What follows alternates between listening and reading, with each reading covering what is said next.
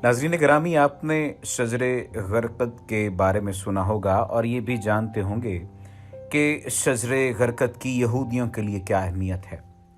यहूदियों का ये मुक़द्दस दरख्त क्यों है, नबी करीम सल्लल्लाहु अलैहि वसल्लम ने शजरे गरकद के मुताल्लिक क्या फरमाया और यहूदी किस लिए हर जगह शजरे गरकद लगा रहे हैं। आज की इस वीडियो में इसी पुरस्कार राज की कहानी बयान की जाएगी। लेकिन अगर आपने अभी तक हमारे चैनल को सब्सक्राइब नहीं किया तो सब्सक्रिप्शन का बटन दबाकर सब्सक्राइब कर लीजिए ताकि आइंदा आने वाली तमाम वीडियोस आपको मिलती रहें। हदीस के मुताबिक यहूदियों ने अपनी हिफाजत की खातिर दरख्त लगाने की मुहिम जो पूरी दुनिया में शुरू कर रखी है और जिसमें हर कोई बढ़ चढ़ कर हिस्सा ले रहा है और उनकी मुहिम में शाना बशाना खड़ा है। नबी पेशेन गोई के मुताबिक हज़रत अबू हुरैरा से रिवायत है कि रसूलुल्लाह सल्लल्लाहु अलैहि वसल्लम ने फरमाया, क़यामत कायम न होगी यहाँ तक कि मुसलमान यहूदियों से जंग करें और मुसलमान उन्हें कत्ल कर दें। यहाँ तक कि यहूदी पत्थर या दरख्त के पीछे छुपेंगे तो पत्थर या दरख्त कहेगा, ए मुसलमान, ए अब्दुल्ला, ये यहूदी मेरे पीछे है, आओ और इसे कत्ल कर दो, सिवाय दरख्त गरकद के, क्योंकि वो यहूद के दरख्तों में से है। क़यामत उस वक्त तक कायम न होगी यहाँ तक कि आदमी दूसरे आदमी की कब्र के पास से गुजर कर मुसीबतों की वजह से तमन्ना करेगा कि वो इस जगह होता।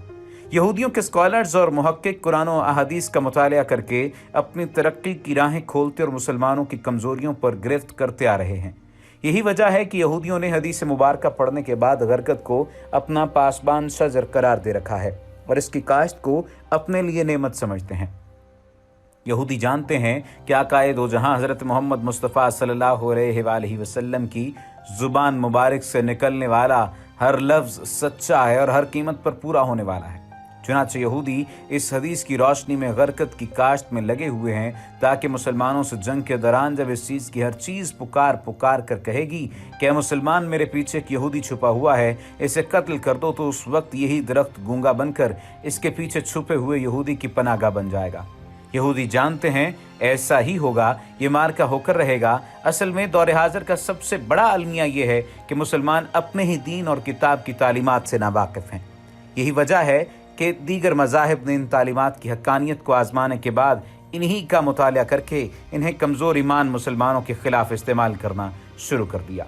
मुसलमानों से ज़्यादा गैर मुस्लिमों खुसूसन यहूदियों ने इस्लाम की तालीमात को पढ़ा है, गौर व फ़िक्र किया है और इन पेशेन गोइयों पर ज़्यादा अमल किया है जो इनके यहूदियों के ख़िलाफ़ हैं। इसके बरक्स उन्होंने इस पर अमल भी शुरू कर दिया है, जिसमें से एक मुहिम इनकी गरकद दरख्त लगाने की है, जिसकी काश्त के लिए पूरी दुनिया में इजलास मुनक्कद किए जाते हैं, फ़वाइद बताए जाते हैं।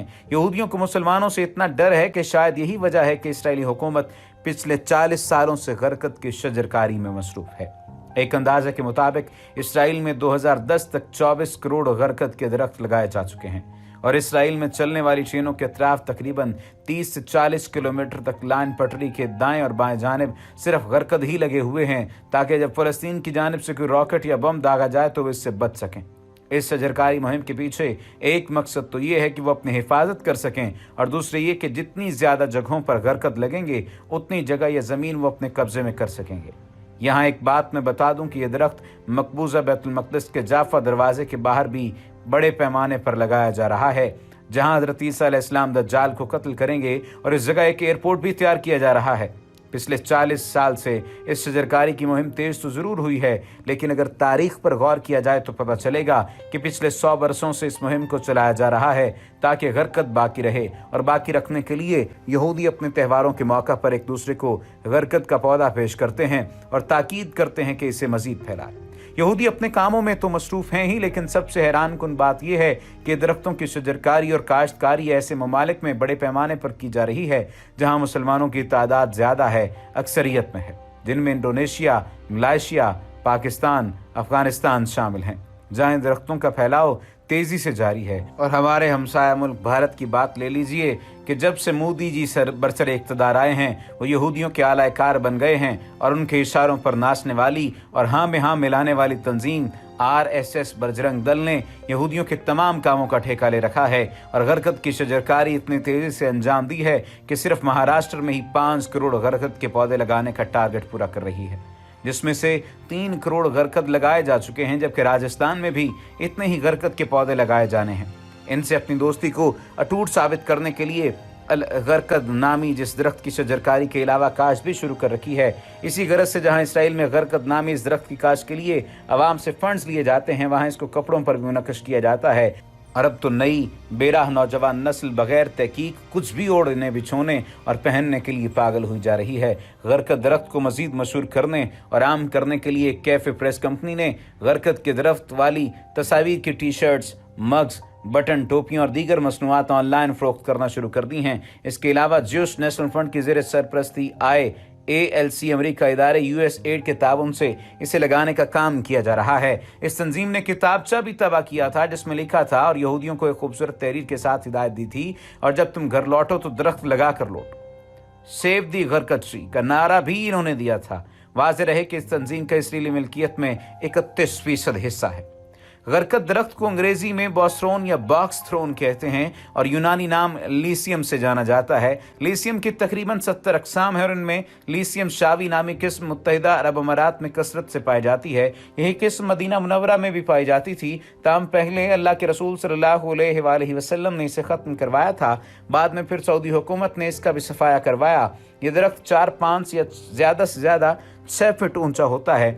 इसे अरबी में अस्बीज कहते हैं। इसकी एक और किस्म लीसियम बारबरम है जो 81वीं सदी ईस्वी में पाई गई थी, जैसे तिब्बी फवायद की हामिल करार दिया गया था, जो इसराइल और फ़लस्तीन में बकसरत पाई जाती है, जो दूसरे गरकदों के मुकाबले में ज़्यादा घने और लंबे होते हैं। इसकी एक और किस्म लीसियम फिरोशिजियम भी है जो अफ्रीका में पाई जाती है, जो अफ्रीका से ऑस्ट्रेलिया और न्यूजीलैंड में लगाए गए, जिसकी शाखें ज़मीन से आकर लगती हैं। इन तमाम गरकद की किस्मों की ख़ास बात यह है कि इन तमाम पर एक जैसे सुर्ख या नारंगी फल लगते हैं और सभी बंजर या सहराई इलाके में उग सकते हैं।